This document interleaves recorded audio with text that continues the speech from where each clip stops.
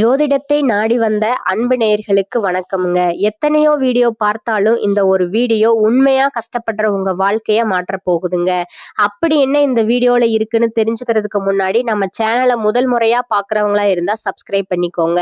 Bell பட்டனையும் கொடுத்து all அப்படிங்கிற ஆப்ஷனை சூஸ் பண்ணி வச்சுக்கோங்க. அப்பதான் நாங்க போடுற ஒவ்வொரு பதிவும் உங்ககிட்ட வந்து சேருமுங்க. எப்பவுமே ஒரு நல்ல விஷயத்தை தொடங்குவதற்கு முன்னாடி எம்பெருமான் முருகனை மனசார வேண்டிக்கோங்க. நீங்களும் நான் சொல்ற மந்திரத்தை சொல்லிக்கிட்டு கமெண்ட் பாக்ஸ்ல ஒரு கமெண்ட் பண்ணிடுங்க.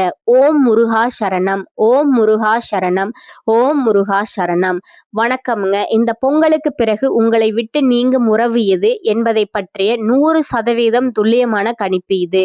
கடகராசிக்காரர்களே, இப்படி ஒரு தலைப்பை பார்த்த உடனே உங்கள் மனதிற்குள் ஒரு சிறிய பயமும் ஒரு பெரிய ஆவலும் ஒரே நேரத்துல கிளம்புங்க.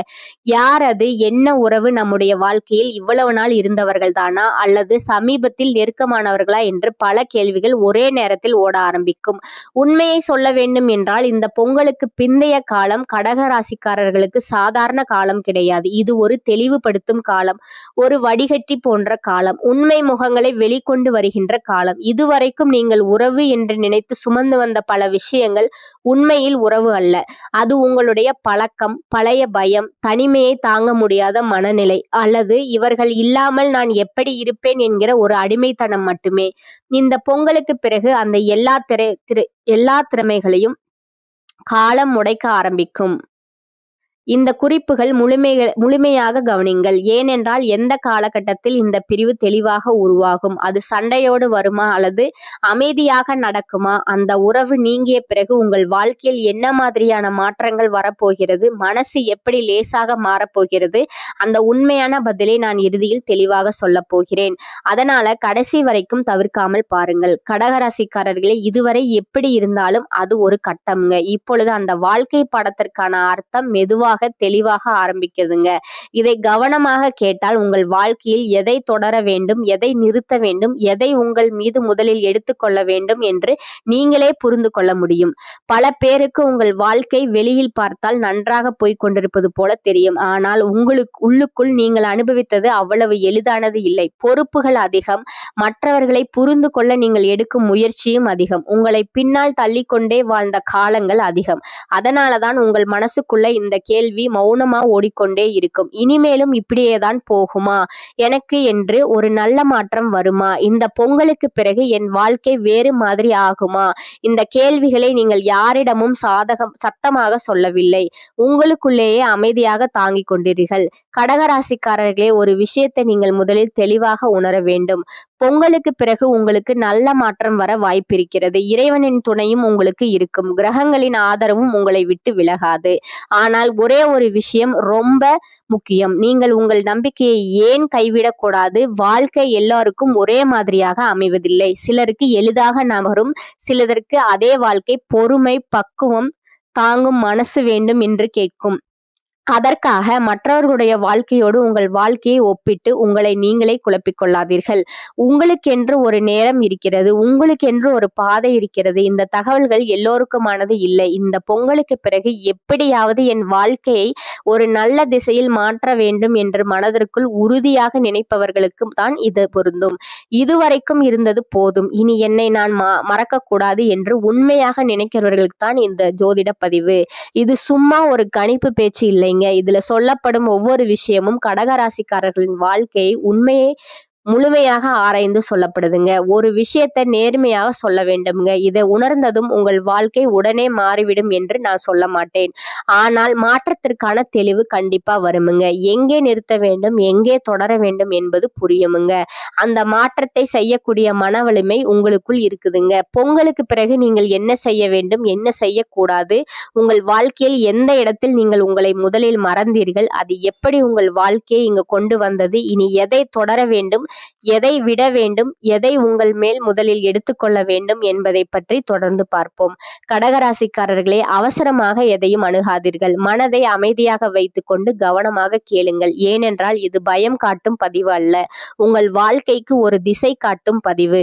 பொங்கலுக்கு பிந்தைய காலம் உங்களுக்கு என்ன கொண்டு வரப்போகிறது என்பதையும் அதில் நீங்கள் எப்படி நடக்க வேண்டும் என்பதையும் முழுமையாக பார்ப்போம். இதுவரை எப்படி இருந்தாலும் அது ஒரு காலம், இனி அதற்கான அர்த்தம் புரிய தொடங்கும். இதுவரை வாழ்க்கை ஏன் இப்படி நகர்ந்தது? சந்திரன் கிரகம் உங்கள் வாழ்க்கையில காட்டும் உண்மை என்ன? உங்கள் உணர்ச்சியை தூண்டும் வார்த்தைகள் இங்கே இல்லை. பயம் காட்டும் பேச்சும் இல்லை. பெரிய தத்துவ விளக்கமும் இல்லை. வருடம் வருடமாக உங்கள் வாழ்க்கை எப்படி நகர்ந்தது? ஏன் சில விஷயங்கள் நன்றாக தொடங்கியும் மனநிறைவு இல்லாமல் மாறின? நான் எல்லோருக்காகவும் இருந்தேன், ஆனால் எனக்காக வாழ்க்கை நிற்கவில்லை என்ற உணர்வு ஏன் வந்தது? இதையெல்லாம் மெதுவாக நேரடியாக புரிய வைக்கத்தான் இந்த பகுதி. முதலில் ஒரு முக்கியமான உண்மை. கடகராசிக்காரர்களே, உங்கள் வாழ்க்கை ஒரே நாளில் உடைந்து போகவில்லைங்க. பல பேருக்கு ஒரே ஒரு சம்பவம் எல்லாவற்றையும் சிதறடிக்காது. உங்கள் வாழ்க்கை சிதறவில்லை, ஆனால் உங்களுக்குள் சுமை சேர்ந்ததுங்க. அதனாலதான் உங்களுக்குள் ஒரு உள்ளார்ந்த குழப்பம். நான் தவறாக வாழ்கிறேனா? நான் அதிகமா கொடுக்கிறேனா? என் வாழ்க்கை என்னுடைய தேவைகளுக்காக ஏன் நகரவில்லை? இந்த கேள்விகள் ஒரு நாள் 2 நாள் இல்ல, பல வருடங்களா உங்கள் மனசுக்குள்ள மௌனமா ஓடிக்கொண்டே இருக்குதுங்க. சந்திரன் கிரகம் உண்மையில் என்ன செய்கிறது? கடகராசியின் அதிபதி சந்திரன்ங்க. சந்திரன் என்ன தரும்? ஆழமான உணர்ச்சி, நினைவாற்றல், மற்றவர்களின் மனநிலையை உடனே உணரும் திறன், உறவுகளை உயிராக மதிக்கும் குணம் ஆகியவற்றை தருமுங்க. ஆனா அதே சந்திரன் ஒரு விஷயத்த அதிகமாகவும் செய்யுமுங்க. மனதை அலைபாய வைக்குமுங்க. அதனாலதான் கடகராசிக்காரர்களின் வாழ்க்கை வெளியில் பார்த்தால் நிலையாக இருப்பது போல தெரியுமுங்க. ஆனா உள்ளுக்குள்ள மனம் அமைதியா இருக்காதுங்க. இந்த காலத்துல பல கடகராசிக்காரர்கள் குடும்ப பொறுப்புகள், மற்றவர்களின் எதிர்பார்ப்பு என வாழ்ந்திருப்பீர்கள். உங்களது ஆசைகள் மெதுவாக பின்னால் போயிருக்கும். பெரிய தோல்வியும் இல்லை, பெரிய வெற்றியும் இல்லை. ஆனால் உங்களுக்கான வாழ்க்கை எங்கேயோ நிறுத்தப்பட்ட உணர்வு. இந்த காலத்திலே சந்திரன் உங்களை மற்றவர்களுக்காக அதிகமாக வாழ வைத்ததுங்க. ஒன்று வரை உணர்ச்சி முதலீடு அதிகம், ஆனால் மனசோர்வு ஏற்பட்டதுங்க. இந்த காலத்துல நீங்கள் ஒரு விஷயத்த முழுமையா நம்பி இருப்பீங்க. இந்த உறவு நிலைக்கும், இந்த வேலை எனக்கு பொருந்தும், இந்த இடத்தில் எனக்கு பாதுகாப்புன்னு நினைத்திருப்பீர்கள். ஆனால் நடந்தது வேறு. நீங்கள் கொடுத்த அளவுக்கு திரும்ப கிடைக்கவில்லை. இந்த காலத்தில் சந்திரன் மற்றும் சுக்கிரன் சார்ந்த நிலைகள் உணர்ச்சியை ஆழமாக்கினங்க, ஆனால் தெளிவை உடனே தரலைங்க. இந்த காலம் கடகராசிக்காரர்களுக்கு மனதிற்கு மிகவும் கடினமானதுங்க. வெளியில் எல்லாம் சீராக நடப்பது போல தெரிந்தாலும் உள்ளுக்குள்ள ஒரு கேள்வி ஓடியது. இதுதான் வாழ்க்கையா? நான் எங்கே தவறினேன்? எனக்கான இடம் இது. இந்த காலத்தில் சனி கிரகத்தின் தாக்கம் உங்களுக்கு உள்ளார்ந்த அழுத்தத்தை அதிகப்படுத்தியதுங்க. சனி எல்லையை கற்றுக் கொடுக்கும், கடகராசியை விட்டு கொடுத்தலை விரும்புங்க. இந்த இரண்டும் மோதியதால் இந்த காலம் கடினமாக தோன்றி, இந்த காலம் கடகராசிக்காரர்களுக்கு மிக முக்கியமான கட்டம்ங்க. ஏனென்றால் இந்த நேரத்தில் ஒரு தெளிவு வந்திருக்கும். நான் எல்லோருக்காகவும் இருக்கிறேன், ஆனால் என்னை நான் எங்கே வைத்திருக்கிறேன்?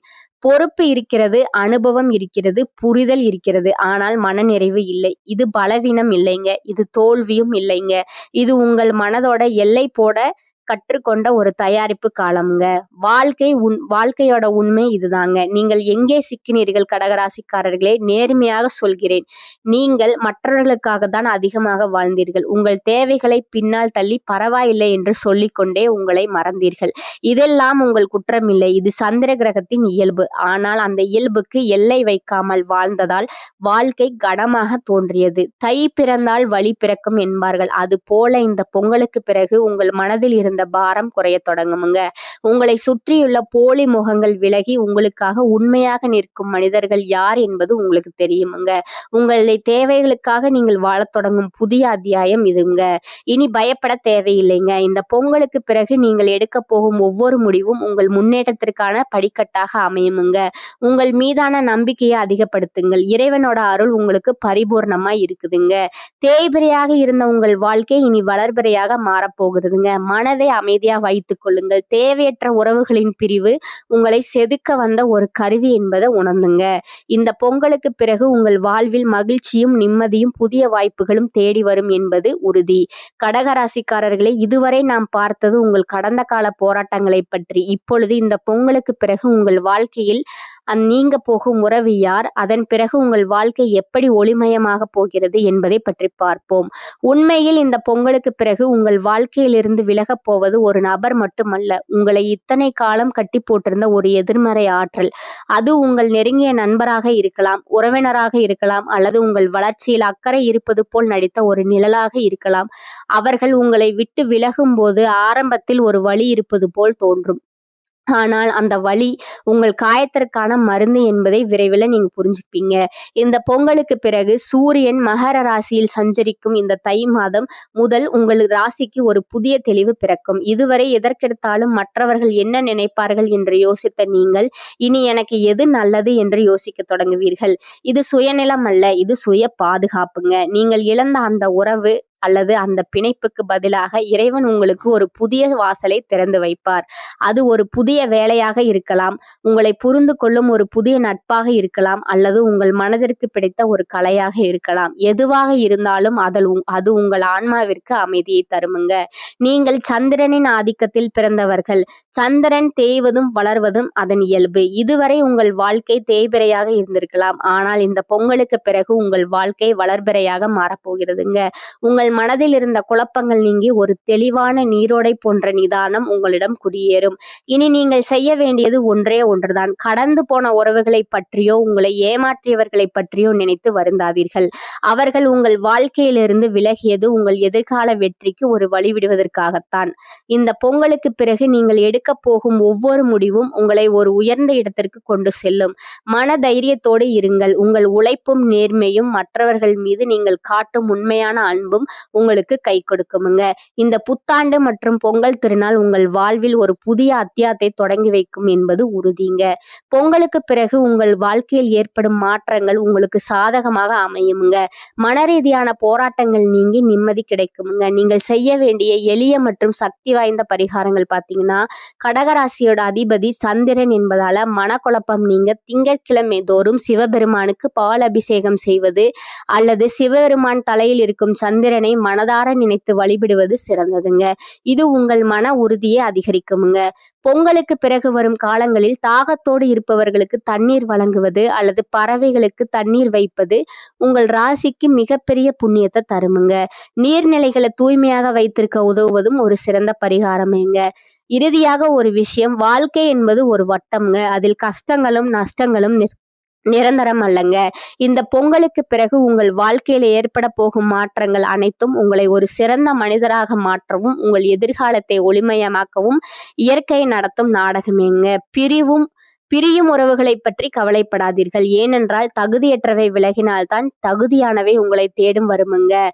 இது உங்களுக்கு மகிழ்ச்சியான காலகட்டமாக இருக்குமுங்க. தனவாக்கு குடும்பஸ்தான அதிபதி சூரியன் சமசப்தமஸ்தானத்துல நின்று ராசியை பார்க்கிறாருங்க. உங்களின் முயற்சிகளுக்கு நல்ல பலன் கிடைக்குமுங்க. பொருளாதாரம் உயர்வதோடு குடும்பத்துல அமைதியும் நிம்மதியும் ஏற்படுமுங்க. ஆரோக்கியம், தொழில், கல்வி, உத்தியோகம் போன்றவற்றில் நிலவிய தடை பிரச்சனைகள் சீராகுமுங்க. குடும்பத்தின் மூத்த உறுப்பினர்கள் மூத்த சகோதர வகையில் ஆதரவும் அன்பும் கிடைக்குமுங்க. தந்தை வழி உறவு மேம்படுமுங்க. திருமண முயற்சி இருப்பவர்களுக்கு நல்ல வரன் அமையுமுங்க. பிரிந்த தம்பதிகள் அல்லது பிரிவை நோக்கி சென்று கொண்டிருந்த தம்பதிகளிடையே இருக்கும் மனக்கசைப்புகள் நீங்கி மீண்டும் சேர்ந்து வாழ்வாங்க. கொடுக்கல் வாங்கல் சீராகுமுங்க. புதிய தொழில் கூட்டாளிகள் கிடைப்பார்கள். இழுபறியாக இருந்த வழக்குகளில் சாதகமான பலன் உண்டாகுமுங்க. வாழ்க்கை துணையால நல்ல மாற்றமும் ஏற்றமும் உண்டாகுமுங்க. இரத்த சம்பந்த உறவுகளுக்கு முக்கியத்துவம் கொடுக்கும் கடகராசி அன்பர்களே, நீங்கள் தலைமை தாங்குவதில் வல்லவர்கள். இந்த மாதம் கோபம், வேகம் இருக்கலாமுங்க. மற்றவர்களிடம் அனுசரித்து செல்வது நன்மையை தருமுங்க. நண்பர்களிடம் பகை ஏற்படலாமுங்க. பிடிவாதத்தை விட்டு விடுவது காரிய வெற்றிக்கு உதவுங்க. வீண் குற்றச்சாட்டுகளுக்கு ஆளாக நேரிடலாமுங்க. எதிலும் திருப்தி இல்லாத மனநிலை இருக்குமுங்க. பயணம் மூலம் சாதகம் கிடைக்குமுங்க. கடித போக்குவரத்து நன்மை தருமுங்க. தொழில் வியாபாரம் தொடர்பான நெருக்கடிகளை சந்திக்க வேண்டி வருமுங்க. எந்த நெருக்கடிகளையும் சமாளிக்கும் தெம்பு வருமுங்க. புது வியாபாரம் தொடர்பான காரியங்கள் சாதகமாக முடியுமுங்க. உத்தியோகத்தில் இருப்பவர்களுக்கு புதிய பொறுப்புகள் சுமையாக வரும். நிதானம் தேவைங்க. சக ஊழியர்களுடன் சாமர்த்தியமாக பழகி காரிய அனுகூலம் அடைவீர்கள். குடும்ப விவகாரங்களில் சாமர்த்தியமாக நடந்து கொண்டு எல்லாவற்றையும் சமாளிப்பீர்கள். கணவன் மனைவிக்கிடையே மனம் விட்டு பேசுவது கருத்து வேற்றுமை ஏற்படாமல் தடுக்கும். பிள்ளைகளிடம் கோபமாக பேசாமல் அன்பாக பேசுவது நல்லது. வாகன வசதி உண்டாகும். பெண்களுக்கு அடுத்தவர்களிடம் வாக்குவாதத்தை தவிர்ப்பது நன்மை தரும். நீண்ட தூர தகவல்கள் நல்லவையாக இருக்கும். எதிலும் நிதானம் கவனம் தேவைங்க. கலைத்துறையினருக்கு முன்னேற்றம் சீரான பாதையில் இருக்கும். எடுத்த பணிகளில் சாதகமான போக்கு காணப்படுமுங்க. எதிர்பார்த்த லாபம் கிடைக்குமுங்க. பொறுப்புகள் கூடுமுங்க. திறமை வெளிப்படுமுங்க. வெளிநாட்டு பயணங்கள் ஏற்படுமுங்க. அரசியல் துறையினருக்கு உங்களை பிரிந்து சென்றவர்கள் மீண்டும் வந்து சேர்வாங்கங்க. மேலிடத்தில் நெருக்கம் அதிகரிக்குமுங்க. மேலிடத்தினோட விருப்பத்தை நிறைவேற்றுவதில் ஆர்வம் காட்டுவீங்க. ஒப்பந்தங்கள் நல்ல முறையில் வரத்து இருக்குமுங்க. மரியாதையும் அந்தஸ்தும் கூடுமுங்க. மாணவர்களுக்கு பதற்றம் கொள்ளாமல் நிதானமாக பாடங்களை படிப்பது நல்லதுங்க. சக மாணவர்களால் அனுகூலம் உண்டாகுமுங்க. பொருளாதார வசதிக்கு குறைவில்லைங்க. செலவுகள் ஏற்பட்டாலும் சமாளித்து விடுவீங்க. நெருங்கிய உறவினர்களிடம் பக்குவமாக நடந்து கொள்வதன் மூலம் தேவையற்ற பிரச்சனைகளை தவிர்த்து விடலாமுங்க. கணவன் மனைவிக்கிடையே அந்யோன்யம் அதிகரிக்குமுங்க. திருமண வயதில் இருப்பவர்களுக்கு நல்ல இடத்தில் திருமணம் நிச்சயமாகுமுங்க. பிள்ளைகளுக்காக செலவு செய்ய நேரிடுமுங்க. அலுவலகத்தில் நீங்கள் எவ்வளவுதான் உழைத்தாலும் அதற்கேற்ற அங்கீகாரம் கிடைக்காதுங்க. சக பணியாளர்களிடம் எதிர்பார்க்கும் உதவி கிடைக்காதுங்க.